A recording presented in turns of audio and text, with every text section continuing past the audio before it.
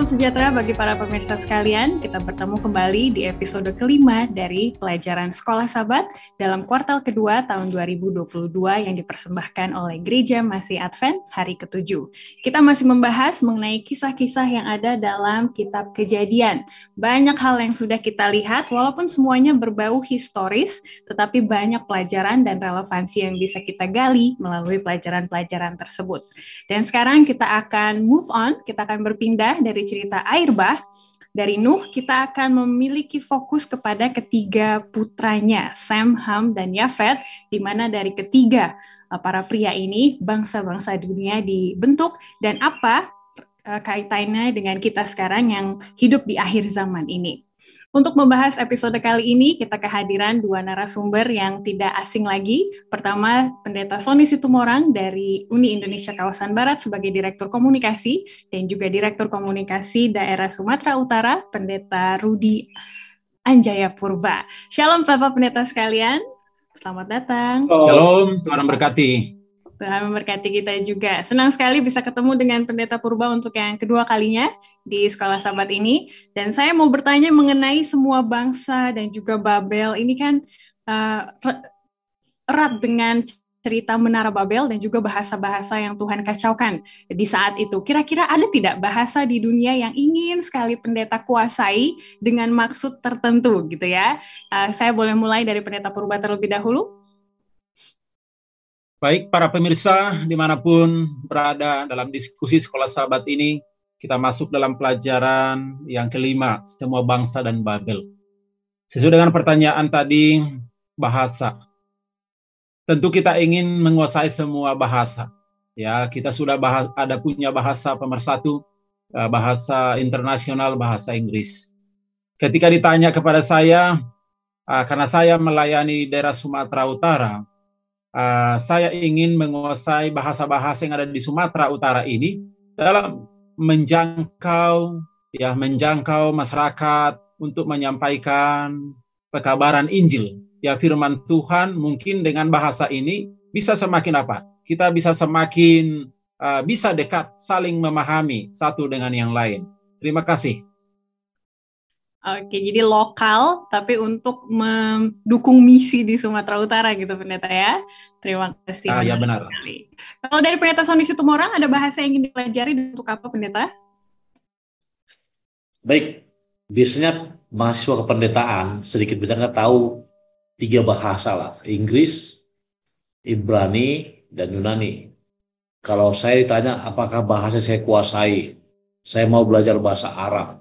Kenapa? Karena banyak juga sejarah dari Alkitab ini yang berhubungan dengan kata bahasa Arab. Itu aja. Terima kasih.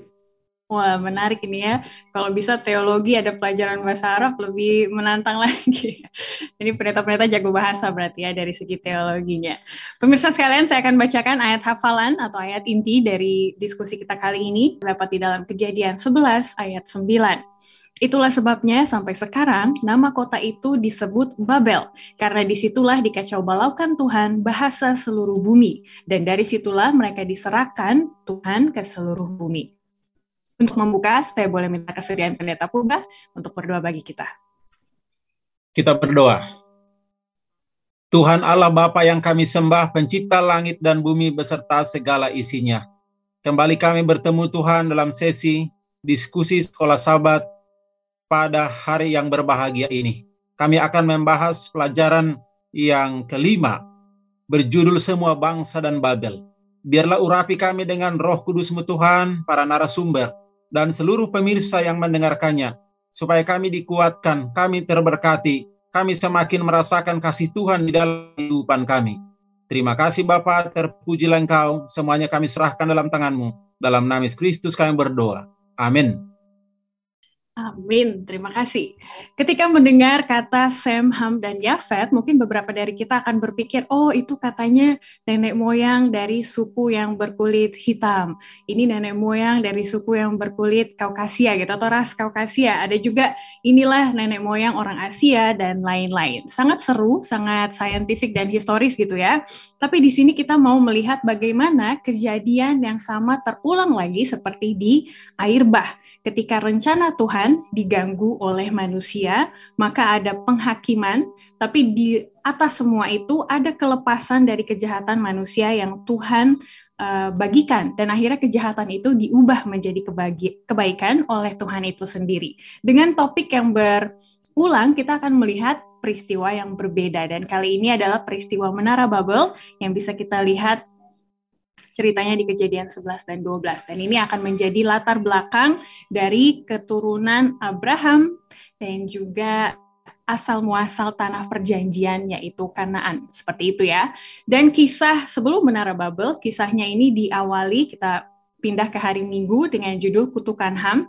Ada cerita yang aneh di sini. Katanya ada kejadian yang terulang, seperti Adam dan Hawa, mereka menjadi telanjang karena memakan buah.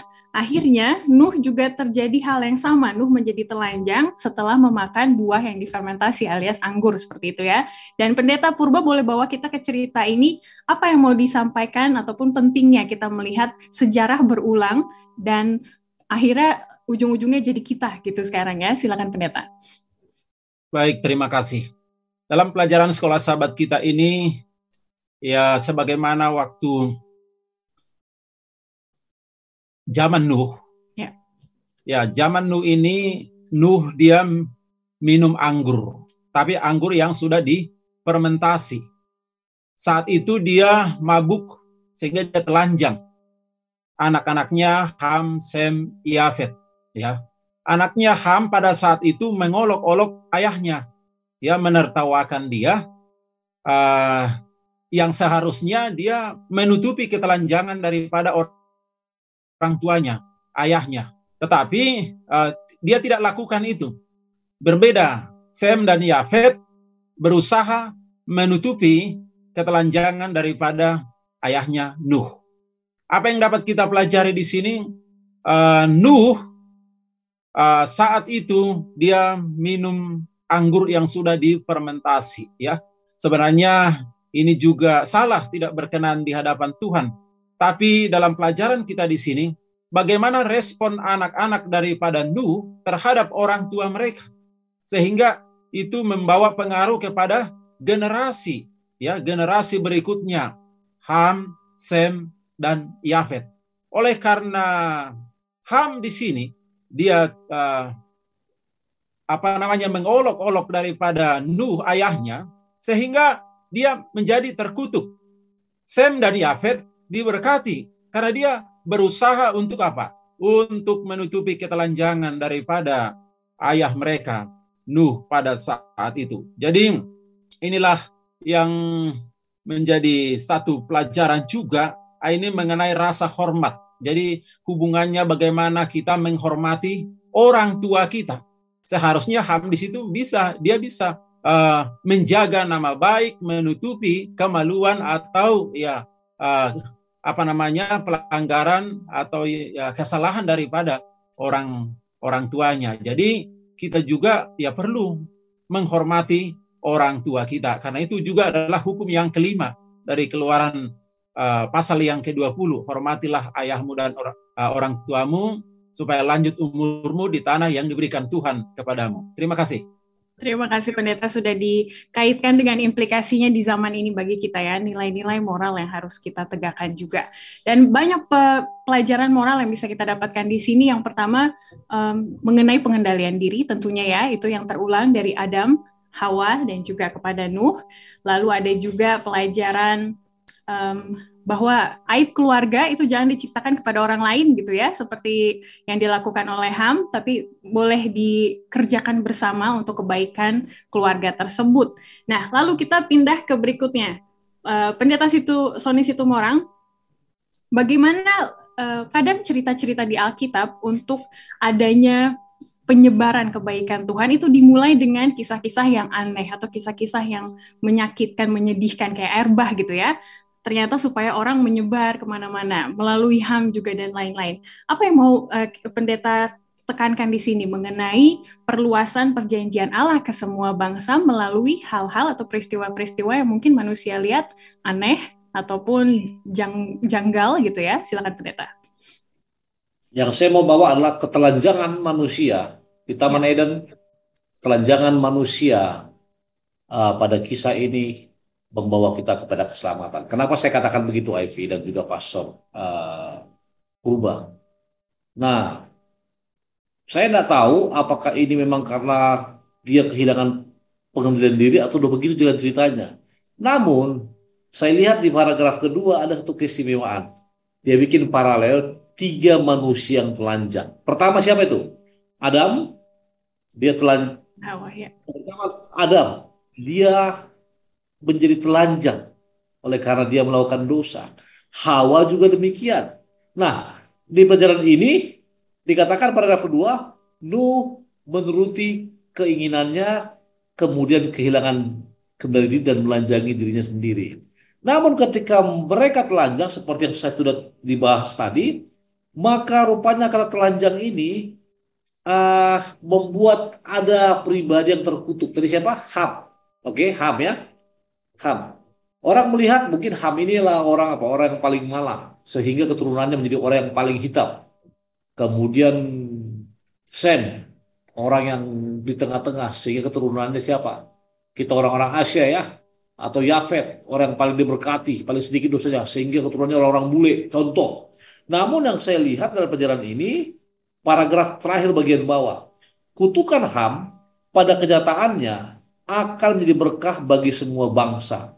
Kalau sekarang ini apa? Blessing in disguise. Sama seperti terus terang, ketika pandemik ada, bagi sebagian orang pandemik mungkin sebagai kutukan ya, Pastor Purba apa Ivy ya. Namun bagi banyak orang, pandemik menjadi berkah tersendiri. Saya pribadi merasakan itu. Jadi terus terang saya katakan bahwa kita aktif di media, bikin Zoom hampir tiap malam, bikin konten di YouTube semua. Saya pribadi ya. Oleh karena kita tidak bisa, kita di rumah dan kita tidak bisa bikin apa-apa. Akhirnya kita duduk di komputer, kita bikin apa konten-konten banyak lah. Yang saya mau katakan ternyata kutukan atau apa yang boleh jadi apa ya musibah bagi orang lain atau kutukan. Pelajaran sekolah sahabat katakan menjadi berkah bagi semua bangsa. Apa berkahnya?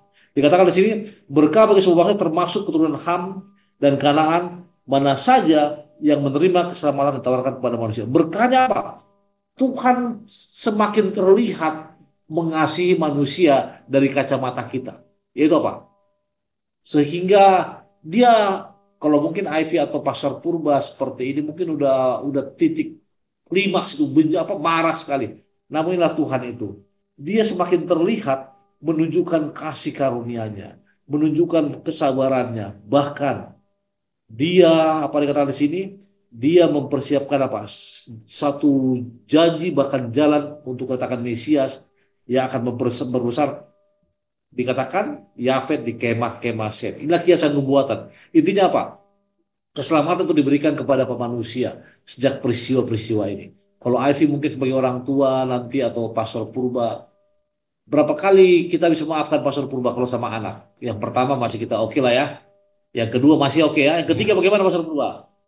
Mungkin marah besar, namun lihat Tuhan di sini. Wow, saya ingin katakan, apakah pesan dari cerita aneh ini?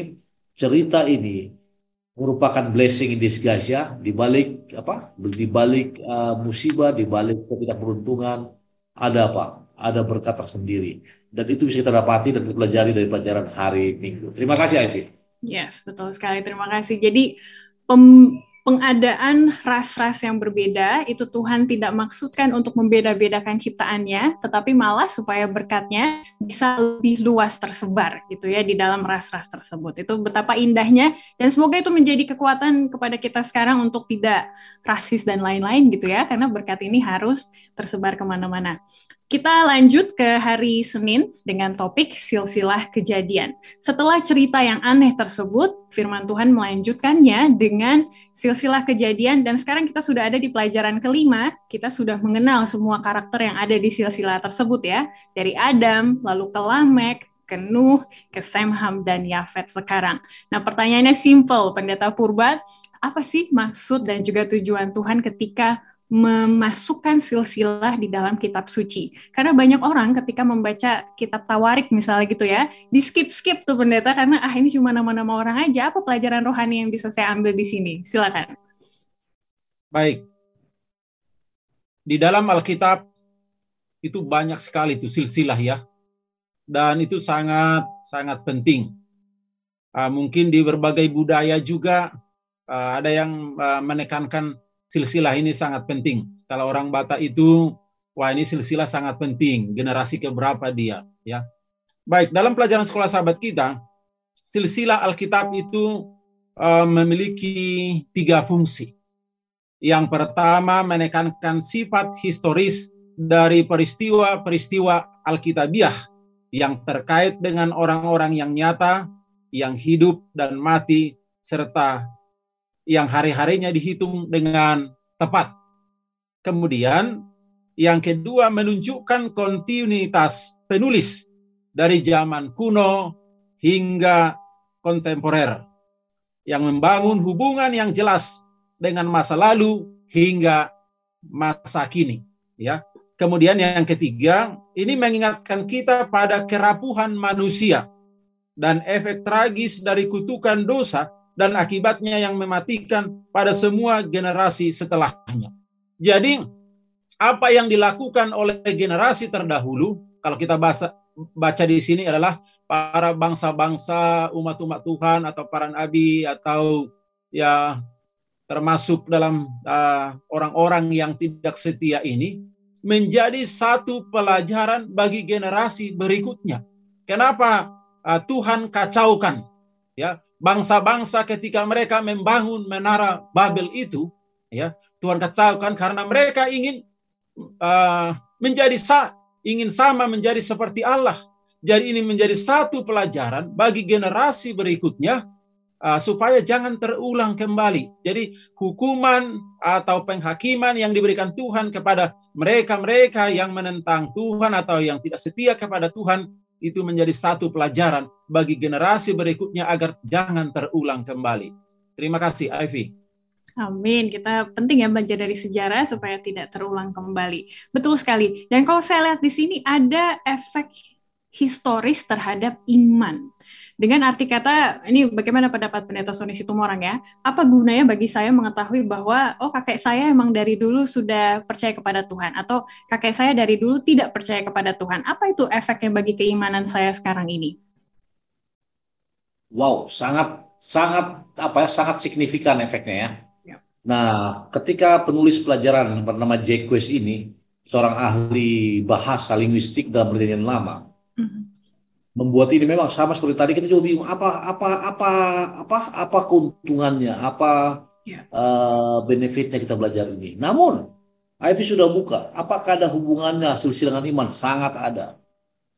Ada sebuah pepatah mengatakan buah jatuh tidak jauh dari pohonnya. Orang Batak bilang apa Pastor Purba? Dang dau tubisian bonana. Artinya apa? Itu dekat.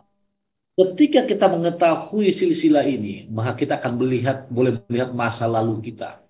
Sama seperti katakanlah, pernah nggak berpikir kenapa Yesus, dalam silsilah Yesus ada wanita pelacur Rahab, ya, tembok Jeriko.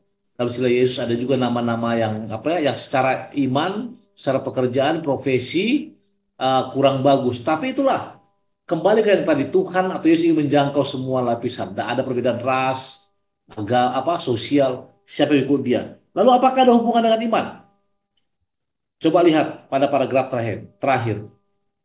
Dikatakan begini, apa yang diperlihatkan informasi ini kepada kita adalah hubungan langsung antara Adam dan para leluhurnya. Mereka semua tokoh sejarah, orang nyata dari Adam dan seterusnya. Ini juga membantu kita, saya, Ivy, Pastor Purba, memahami bahwa para bapa bangsa memiliki akses langsung pada saksi yang memiliki ingatan tentang peristiwa kuno. Papa saya pendeta. opung saya juga ketua jemaat. Kemudian papanya opung saya juga seorang apa? Beriman. Maka secara tidak langsung kita semua apa? Tetap dalam kebenaran tersebut, kebenaran ini. Saya mungkin tanya Ivy, mungkin papa Advent ya Ivy ya. Opa Advent juga. Generasi keempat saya pendeta, puji Nah, Tuhan. generasi keempat Advent. Nah, ketika ada silsilah ini maka kecenderungannya, jadi saya nggak menjamin, nah, Iya. kemungkinan besar setelah Ivy menikah nanti misalnya, atau kita yang pendeta purba yang sudah menikah, maka kemungkinan besar anak-anak kita juga apa? Menjadi apa? Generasi berikutnya untuk apa? Memiliki iman yang sama dengan kita. Dan itu merupakan salah satu pertumbuhan gereja yang signifikan yang bisa dirasakan oleh semua gereja. Oh, sorry melenceng, tapi itu benar. Iman, silsilah sangat mempengaruhi apa? Iman kita. Tergantung bagaimana papa atau leluhur kita atau kita kepada Tuhan kita menerapkannya itu dalam kehidupan kita sehari-hari. Terima kasih. Amin, benar ya. Ataupun sebaliknya, kalau misalnya dari nenek moyang kita belum ada yang percaya kepada Tuhan dan akhirnya saya percaya kepada Tuhan, itu berarti menggambarkan bahwa kemurahan Tuhan juga ada di keluarga-keluarga yang tidak mengenalnya gitu kan ya. Karena pada akhirnya, kok bisa saya akhirnya mengenal kebenaran, itu hanya karena kemurahan Tuhan saja. Thank you. Pendeta Purba, ada yang mau ditambahkan mengenai hal ini? Ya, jadi seperti pengalaman saya sendiri, baru saya generasi pertama yang mengenal kebenaran ini. Jadi saya berterima kasih melalui pelajaran ini Tuhan mengasihi semua orang. Kasih karunia Tuhan berlimpah bagi semua orang. Jadi tentu bagi anak-anak saya akan wariskan ini, ya, iman ini, kebenaran ini saya akan ajarkan ini. Jadi dengan kata lain bahwa walaupun tidak selamanya generasi kita mungkin yang sudah hidup dalam kebenaran, otomatis juga sampai generasi kita di bawahnya ya terus hidup dalam kebenaran. Itu memang tergantung kepada hubungan pribadi kita kepada Tuhan. Tapi sudah banyaklah berkat yang kita terima kalau kita ya dari generasi-generasi, ya orang tua kita, kemudian kita seterusnya sudah hidup dalam kebenaran. Terima kasih. Amin. Jadi harus kita usahakan dan doakan juga gitu pendeta ya, berkat yang sudah kita rasakan ini. Amin. Baik, kita pindah ke hari Selasa dengan topik satu bahasa. Apa pentingnya bahasa dalam mempersatukan? Karena memang tujuan dari orang-orang di Babel itu untuk membuat menara adalah supaya mereka dipersatukan. Dan ketika saya baca pelajaran hari Selasa ini, saya jadi ingat topik berita akhir-akhir ini bagaimana bahasa Indonesia katanya mau dijadikan bahasa utama ASEAN. Nggak tahu ya Bapak Pendeta lihat beritanya atau tidak. Ada yang mendukung, ada yang tidak mendukung. Katanya nanti eksklusif, jadinya nanti Indonesia sombong dan lain-lainnya. Tapi ada juga positifnya dari situ. Pendeta Sony Situmorang boleh bawa kita ke situ. Apa pentingnya bahasa dalam persatuan dan sebenarnya motif orang Babel apa sih waktu itu? Baik, terima kasih. Bahasa merupakan alat komunikasi yang paling penting. Bahasa menggabungkan dua pribadi yang berbeda. Bahasa juga bisa mempersatukan dunia dalam konteks saat ini. Dan ternyata itu sudah ada, mereka mengerti sejak dulu. Yeah. Itu sebabnya Nimrod berusaha membangun menara Babel dan para pengikutnya ya. Tujuannya adalah apa? Untuk menyatukan dunia ini. Kenapa? Saya ingin katakan ketika saudara belajar satu bahasa, maka ada satu kalimat yang digunakan di pelajaran pertama, frase seluruh bumi. Seluruh satu kelompok kecil orang yang satu bahasa ingin apa? Ingin menyatukan dunia ini. Nah, itu sama seperti apa kita katakan sekarang ya. Oke, kalau saya mau coba lihat sejarah lagi, ya mungkin Ivy sama Pastor Purba juga ingat bagaimana banyak tokoh-tokoh yang ingin menyatukan dunia ya.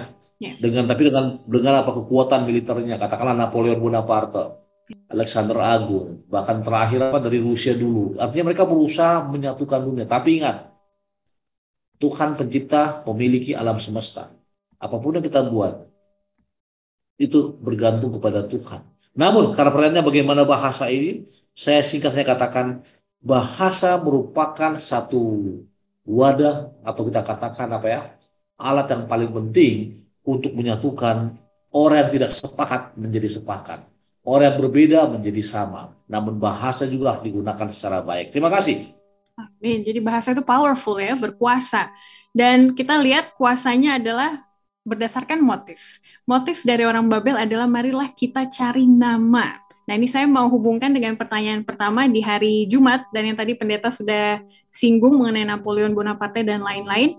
Kalau kita belajar dari sejarah, apa masalah yang timbul ketika seseorang itu ingin mencari nama untuk diri sendiri? Pendeta Purba bisa melihat bahwa bahaya nih kalau misalnya seseorang mencari nama untuk menyatukan orang. Baik, kalau sudah mulai mencari nama untuk diri sendiri, di situ sudah ada apa? Kesombongan, supaya ingin dihormati, ya, dipuji. Sebenarnya yang layak menerima puji-pujian, sembah itu adalah Tuhan. Jadi waktu orang-orang yang membangun Menara Babel, mereka ingin apa? Mereka ingin menjadi seperti Allah, meninggikan dirinya. Itulah yang Tuhan tidak inginkan. Ya, karena pada saat itu mereka menggunakan rasio mereka, pikiran mereka. Nanti kalau terjadi lagi nanti air bah, kita bisa naik ke atas. Nah, kita bisa selamat. Artinya sudah bergantung kepada diri sendiri. Yang seharusnya mereka sudah belajar bagaimana peristiwa itu terjadi. Oh, kita hanya bisa bergantung kepada Tuhan. Nah, jadi kalau sudah mulai tadi, yaitu tadi, kita ingin menyamai seperti Allah. Ya, terima kasih, Ivy. Ya, terima kasih pendeta. Dan ini skenario yang berulang. Kita bisa lihat dari Adam dan Hawa gitu ya, ingin menjadi seperti Tuhan, mengetahui yang baik dan yang jahat, akhirnya jatuh ke dalam dosa.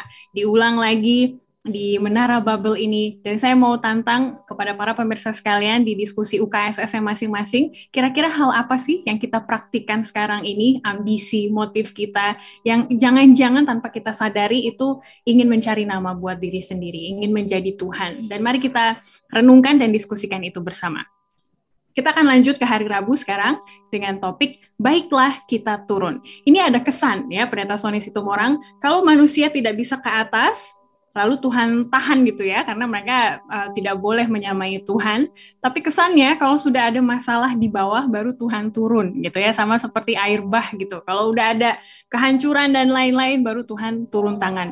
Kesannya negatif, tapi ada juga kesan positif dan lain-lainnya. Kalau pendeta melihatnya seperti apa?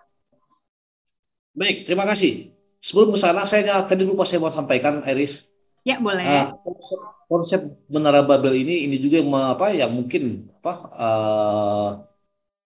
mengilhami kitab Daniel, khususnya Nebukadnezar ya, yang terkenal dengan Babelnya. Kemudian juga bagaimana Nebukadnezar ingin apa? Ingin menyamai kita katakan. Karena kalau kita lihat nubuatan yang bisa meruntuhkan Nebukadnezar adalah batu kecil ya, batu kecil yang menjadi besar. Dan itu sangat mirip dengan kisah Babel ini. Nah, sekarang masuk kenapa sampai muncul kata baiklah kita turun? Pertanyaannya adalah kenapa ketika manusia berusaha naik, maka Tuhan harus turun kepada mereka. Nah, ini saya senang ini dengan kata Tuhan harus turun. Ini penegasan supremasi. Dan ini membuktikan bahwa Allah itu tidak bisa dijangkau. Allah itu apa? Beyond our imagination kata orang kan. Allah itu apa? Di luar kemampuan pikiran atau kita punya logik sebagai manusia. Kenapa? Apakah negatif atau positif? Saya terus terang katakan inilah hal yang Tuhan selalu lakukan setiap kali kita melakukan dosa. Dia turun. Ini ketika Adam dan Hawa berdosa, Tuhan turun. Dia katakan apa? Di manakah engkau apa? Ada. Ketika Kain berdosa, Tuhan turun. Di manakah engkau Kain? Ketika Nuh berdosa, Tuhan turun. Bahkan sekarang apa? Tuhan turun lagi. Ketika Nimrod berikutnya melakukan dosa, Tuhan turun lagi. Yang menunjukkan supremasinya sekaligus menunjukkan cinta kasihnya. Bahkan dikatakan di sini, paragraf kedua hari Rabu dikatakan, sebuah ironi besar dalam kisah Menara Babel terlihat dalam pernyataan Tuhan melihat kota dan menara. Tuhan tidak harus turun untuk melihat, tetapi dia tetap melakukannya. Karena apa? Karena kasih. Dan nanti, Ivy, Pastor Purba, Tuhan turun ketika dia harus menunggu berapa lama? Berapa lama dia tunggu? 30 tahun ya, 31 tahun ya, sebelum dia apa? Dia mati di kayu salib. Bahkan ada yang bertanya pada saya, pendeta, apa yang dilakukan Yesus ketika dari masa kanak-kanak hingga umur 27 tahun? Kenapa tidak ada dalam sejarah? Saya mau katakan, yang dilakukan oleh Yesus adalah apa? Hal-hal yang apa? Yang membangun karakter kerohaniannya. Dan kembali Tuhan turun. Turunnya Tuhan mengingatkan kita berapa? Pada prinsip kebenaran oleh iman dan proses karunia Tuhan. Dan saya katakan dalam konteks ini, turun itu merupakan suatu hal yang luar biasa yang Tuhan lakukan kepada kita. Terima kasih. Ya, berarti Tuhan turun bukan karena manusia tidak bisa menghandle kekacauan yang ada di bawahnya, karena memang kita terbatas gitu ya, dan hanya tangan Tuhan yang bisa memberikan keselamatan, penyelesaian terhadap apa yang terjadi di bawah dunia ini. Dan itu semua adalah karena kasih karunia-Nya. Nah, Pendeta Purba, saya mau tanya dalam level individu ataupun personal gitu ya. Ini merupakan suatu pengharapan yang baik gitu ya, ketika kita tahu bahwa ketika hidup saya hancur, gagal, Tuhan bisa turun ke kehidupan saya untuk mengubah itu menjadi sesuatu yang baru. Ada tidak pengalaman pendeta ataupun hal-hal yang pendeta amati ya, bahwa Tuhan selalu turun tangan pada saat yang tepat, pada kehancuran gitu ya, manusia dan lain-lain. Silakan pendeta. Baik, dalam pelajaran kita di sini, Tuhan turun. Sebenarnya dari sorga sendiri bisa Tuhan lakukan itu. Tapi sudah disampaikan oleh Pendeta Sony tadi, Tuhan ingin menunjukkan supremasinya. Tuhan ingin menunjukkan kasih-Nya. Apalah kita manusia yang berdosa ini sebenarnya. Tidak ada apa-apanya. Tapi Tuhan datang dari sorga. Dia tinggalkan tahta kemuliaannya. Dia datang ke dunia menjumpai manusia yang berdosa. Ya, nanti terwujud juga itu nanti pada waktu kelahirannya Yesus lahir di dunia yang berdosa ini. Jadi secara pribadi dalam kehidupan saya, Tuhan itu sungguh baik. Ya, setiap pergumulan yang saya hadapi, Tuhan selalu hadir dalam kehidupan saya. Ya, mungkin bukan saya, ada Ivy, Pastor Sony dan semua para pemirsa yang menyaksikan siaran ini. Tuhan itu sungguh luar biasa. Begitu besar kasih Allah akan dunia ini bagi kita, bagi orang yang berdosa. Jadi satu ketika saya dulu tidak dekat dengan Tuhan, jauh dari Tuhan, ya. Dan di dalam kehidupan saya jarang saya berdoa, belajar firman Tuhan, beribadah. Tetapi Tuhan datang pada waktu itu melalui mimpi. Ya, saya bermimpi, kemudian dalam mimpi itu Tuhan mengulurkan tangannya, ikutlah aku. Ya, dan pada saat itu saya merasakan bahwa itu adalah panggilan Tuhan. Saya sambut panggilan Tuhan itu. Turutilah perintahku, katanya. Saya pun apa? Saya pun mencari kebenaran ini. Saya pun mencari Tuhan. Saya pun sejak saat itu saya sudah semakin rajin beribadah, rajin berdoa, dan mempelajari firman Tuhan. Jadi dimanapun kita berada, makanya dalam perjanjian baru dikatakan, aku akan mengetok pintu. Barang siapa membukakannya, aku akan masuk, aku akan diam, dan aku akan makan bersama-sama dengan mereka. Jadi Tuhan ingin selalu turun, Tuhan ingin selalu hadir di dalam kehidupan kita. Dia tidak akan biarkan kita ketika kita menghadapi pergumulan, kesulitan. Seandainya kalau kita lihat, Tuhan itu apa? Dia akan selalu hadir, dia akan sayang, dia selalu akan menuntun kita. Terima kasih, Ivy. Amin. Jadi pemeliharaan Tuhan itu selalu ada, mau kita sadari atau tidak ya. Kadang mungkin kita merasa Tuhan turun ketika hidup kita lagi hancur banget, padahal waktu biasa-biasa juga Tuhan tetap turun tangan dalam kehidupan kita. Dan pemirsa boleh diskusikan di UKSS masing-masing, kira-kira pengalaman ataupun cerita bagaimana Tuhan turun tangan dalam kehidupan kita, itu seperti apa sih sekarang ini, terlepas dari historis yang kita pelajari dari Menara Babel, supaya lebih relevan lagi. Kita maju ke hari Kamis yang terakhir sebelum kita konklusi dengan judul Penebusan Orang yang Terasing.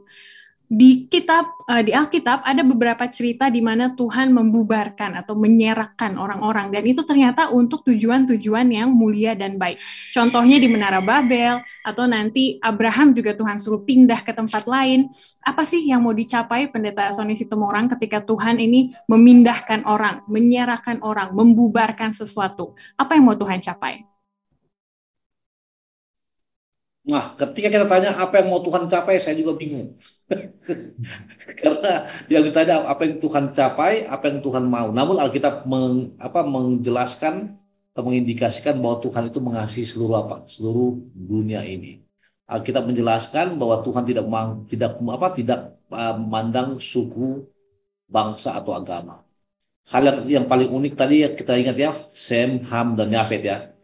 Kalau kita lihat Sem, Ham, dan Yafet ini, kenapa Tuhan harus sebagai konsekuensi atau ya konsekuensi daripada dosa mereka dikutuk mereka, sehingga keturunan Ham itu harus berkulit hitam. Dan dalam pandangan manusia, banyak orang menganggap bahwa orang kulit hitam itu rendah, iya kan? Terus terang ini Ivy, saya kasih tahu. Kalau kami di Ayas dulu, saya tinggal di Ayas lumayan lama, artinya master saya 1,5 tahun, 1 tahun lah. Kemudian ambil S3 saya hampir 4 tahun, 3,5, 4 tahun begitu. Sadar atau tidak sadar, kadangkala the way how we treating mereka, cara kita memperlakukan mereka itu sedikit berbeda. Ini ya, begini pribadi. Jadi kecenderungan kami, ya mungkin nggak tahu karena terlalu Indonesia ya. Cara kita kalau bilang mereka itu orang A, contoh maaf kata orang Afrika orang A. Jadi nama negaranya orang A, orang nama benuanya. Nah, benar. Sampai nggak sadar kita pun kadang-kadang mengambil posisi Allah. Allah itu kasih dan kita berlawanan dengan Dia. Lalu ketika ditanya apa maksud Tuhan untuk hal tersebut, pelajaran hari ini membuka wacana rohani kita bahwa bahwa Tuhan mau agar seluruh bumi ini diisi. Ingat kejadian, beranak cucuilah, penuhilah bumi. Kalau nggak diserahkan bagaimana ya? Implementasi ayat tersebut tidak tercapai. Namun ketika dipenuhi bumi, maka Tuhan mengatakan bahwa kasih Allah itu untuk seluruh dunia. Walaupun ada juga efeknya ya, Ivy ya, Pastor Purba ya. Saya dengar tuh 5 tahun lalu bahwa masih banyak orang-orang di suku Kubu di pedalaman Sumatera, orang Dayak di pedalaman Kalimantan, atau pedalaman Papua yang belum mengenal kebenaran siapa? Tuhan. Itu sebabnya aside di luar kita punya konteks, Tuhan katakan apa? Dan Injil kerajaan akan tiba ke seluruh dunia, baru Dia akan datang. Jadi intinya apa yang Tuhan maksud? Tuhan mau agar seluruh dunia, tidak satupun, bisa diselamatkan kalau mereka mau diselamatkan dan menerima kasih karunia. Terima kasih. Amin. Saya juga punya pengalaman bersahabat dengan teman-teman dari Afrika ya, Pendeta. Uniknya ternyata humor Asia dan humor Afrika itu lebih kena daripada humor Asia dengan orang kulit putih. Jadi itu yang saya ketahui dan akhirnya jadi bersahabat baik gitu ya. Ketawanya enak. Kan biasanya orang Asia kan suka jokes atau humor yang ringan-ringan dan konyol gitu ya. Kalau orang bule nggak ngerti humor yang konyol, tapi orang Afrika mengerti. Dan itu yang saya puji Tuhan. Dan saya melihat bahwa ternyata pergumulan seorang Asia Ivy dari Indonesia di umur misalnya 22 tahun juga merupakan pergumulan orang Afrika di umur 22 tahun dan akhirnya kita bersahabat, bercerita tentang Yesus dan lain-lain dan ternyata memang Tuhan adalah Allah yang universal. Itu yang kita pelajari dari Air Bah ya. Pendeta Purba ada yang mau ditambahkan dan terutama Pendeta, apa implikasinya bagi sebuah gereja yang nyaman di tempatnya sendiri, tidak mau berbaur keluar atau membuka cabang dan lain-lain, karena Tuhan ada rencana yang mulia ketika kita menyebar. Silakan Pendeta. Iya, jadi tujuan Tuhan agar kita boleh menjadi berkat bagi orang lain. Kalau kita berada dalam satu tempat, maka bagaimana misi ya? Misi Tuhan dalam misi menyampaikan pekabaran Injil ini bisa sampai kepada orang lain. Jadi pada waktu di zaman Babel ini Tuhan ingin apa? Agar mereka itu berserak. Karena itulah firman Tuhan, beranak cuculah, bertambah banyaklah, penuhilah bumi. Sayangnya mereka tidak mau pindah. Mereka ingin tetap berada dalam satu tempat, satu kelompok, ya. Tapi mereka berkumpul bersama-sama bukan untuk kebaikan, tapi mereka untuk menentang Tuhan. Jadi prinsipnya di sana adalah untuk memuliakan Tuhan. Jadi di dalam kehidupan kita, ketika kita sebagai gereja, di dalam gereja itu Tuhan juga tidak inginkan gereja itu tempat di mana berkumpul banyak sekali anggotanya. Tuhan inginkan banyak orang yang percaya, banyak orang yang menerima Yesus sebagai Tuhan dan Juru Selamat pribadinya. Tapi kita juga harus apa? Kita harus juga menjadi berkat. Kalau gereja sudah besar, membentuk KPA, cabang sekolah sahabat, kelompok-kelompok kecil, sehingga di lingkungan di sekitar kita akan bertumbuh gereja itu, ya. Banyak orang terberkati melalui apa? Melalui kehadiran kita. Jadi dengan kata lain, Tuhan agar ingin kita menjadi saluran berkat. Itulah yang Tuhan inginkan juga kepada bangsa Israel dulu, agar bangsa Israel itu menjadi saluran berkat bagi bangsa-bangsa di sekitarnya. Jadi begitu juga di zaman kita sekarang ini, agar kita boleh ya berada di dalam satu tempat, kita bisa boleh membagikan kasih Tuhan. Terima kasih. Amin, lengkap sekali implikasinya, dan marilah kita diskusikan di UKSS masing-masing bagaimana caranya jemaat kita supaya tidak membangun menara Babel di jemaat sendiri gitu ya, puas dengan apa yang sudah dicapai, mencari nama sendiri dan lain-lain, tetapi bagaimana kita berbaur kepada lingkungan yang lebih luas lagi. Di akhir dari pelajaran kelima ini, saya akan kembali kepada Pendeta Sony Situmorang dan juga Pendeta Rudi Anjaya Purba. Kira-kira satu poin yang mau ditekankan di akhir setelah kita berdiskusi sekitar 40 menit terakhir, apa yang mau disampaikan kepada para pendengar kita di episode kali ini? Pendeta Situmorang, silakan. Seringkali kita semua berperilaku seperti Ham. Ketika melihat ada ketelanjangan dalam diri orang lain, dalam konteks mereka ini orang tua mereka, instead of kita mengcovernya atau menutupinya, kita sering apa? Membicarakannya, bahkan apa istilahnya? Menjadikannya sebagai olok-olokan. Dalam kehidupan beragama saat ini demikian juga. Kita yang sering mengaku sebagai umat-umat Tuhan, umat-umat Kristen, tapi sangat sering kita membicarakan keburukan orang lain. Walau bahkan yang paling ironis, kita tidak tahu apakah keburukan itu benar atau tidak, tapi dengan serta-merta kita berusaha melihatnya. Itu sebabnya bagi para pemirsa di rumah, saya akan kutip satu tulisan penulis pelajaran hari Minggu, paragraf kedua, bagian B dikatakan begini. Paralel ini tidak hanya menunjukkan bahwa Ham melihat secara diam-diam Nuh secara tidak sengaja mengenai ketelanjangan ayahnya. Dia berkeliling dan membicarakannya. Bahkan tanpa mencoba untuk menyelesaikan masalah ayahnya. Intinya apa? Kita semua sering bersikap seperti apa? Namun pelajaran ini membuka mata hati kita untuk kehidupan Quran di depan, untuk merubahnya. Instead of membicarakan keburukan orang, mari kita bicarakan bagaimana besarnya kasih Tuhan yang maha pemaaf, maha pengampun, bahkan menyelamatkan kita, yang kita bahas dalam pelajaran ini. Terima kasih. Amin. Pendeta Purba, silakan. Baik, apa yang boleh saya sampaikan dari pelajaran yang sudah kita diskusikan ini adalah semua bangsa dan Babel. Di sini adalah kesetiaan kita kepada Tuhan. Kita tidak rugi kalau kita menurut atau setia, percaya sungguh-sungguh kepada Tuhan. Malah kita akan terberkati. Sebaliknya, kalau kita tidak setia, tidak menuruti perintah-perintah Tuhan, sebaliknya itu bukan berkat, tapi menjadi kutuk. Oleh karena itu, kita pilih yang mana? Mau diberkati Tuhan, menjadi berkat kepada orang lain, atau sebaliknya, sumber berkat itu adalah dari Tuhan. Apa yang diperintahkan Tuhan, firman Tuhan yang disampaikan kepada kita melalui Alkitab, firman Tuhan, mari kita turuti. Semua yang diperintahkan Tuhan, kalau kita turuti, kita akan merasakan berkat. Dan sebagaimana tadi anak-anak daripada Nuh, Ham, Sem, dan Yafet, itu apa? Itu memberi pengaruh yang besar. Oleh karena mereka tidak menghormati orang tua mereka. Jadi marilah kita juga menghormati orang tua kita. Tuhan memberkati. Amin.